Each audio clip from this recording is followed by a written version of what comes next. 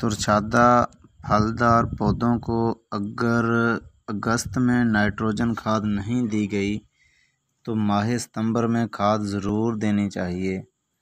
کھاد دینے کے بعد آب پاشی کریں۔ اگر کانٹ چھانٹ کا عمل جنوری یا اگست میں نہیں ہو سکا تو بھی اسی ماہ یقینی بنائیں۔ یہ دن ترچھادہ پھل کے لیے بہت اہم ہیں کیونکہ اب فروٹ نے اپنا سائز حاصل کرنا ہے۔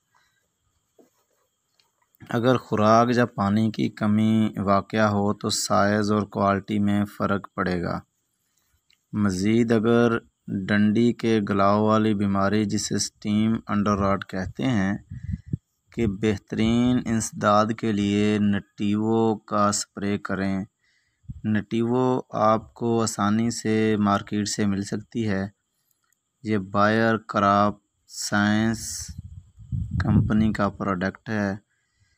اس پروڈکٹ کے استعمال سے آپ ڈنڈی کے گلاؤ والی بیماری جسے سٹیم انڈر راٹ کہتے ہیں اس کا 101% کنٹرول حاصل کر سکتے ہیں۔ امید ہے میرے کسان بھائی ان معلومات سے بہت سارا فائدہ اٹھائیں گے اور اپنے باغ کو ان مہلک بیماریوں سے بچائیں گے۔ خوش رہیے، خوشیاں بانٹیے۔